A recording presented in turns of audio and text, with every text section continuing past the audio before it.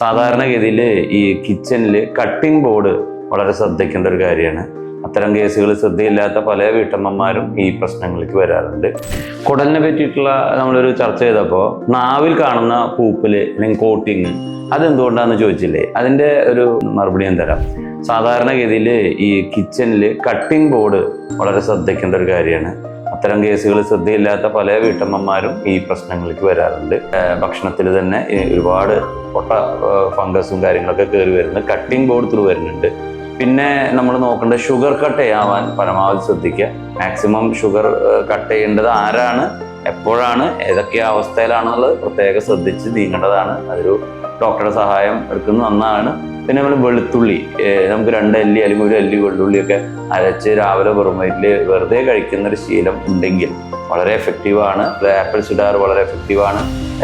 ഇത്തരം കാര്യങ്ങളിലൊക്കെ ശ്രദ്ധ ചെലുത്തുകയാണെങ്കിൽ നമ്മുടെ റെസിസ്റ്റൻസ് ഉള്ള ബാക്ടീരിയനെ നമുക്ക് തടുത്ത് നിർത്താൻ പറ്റാറുണ്ട്. ഫ്ലോറ മെയിൻറ്റെയിൻ ചെയ്യാൻ പറ്റാറുണ്ട്.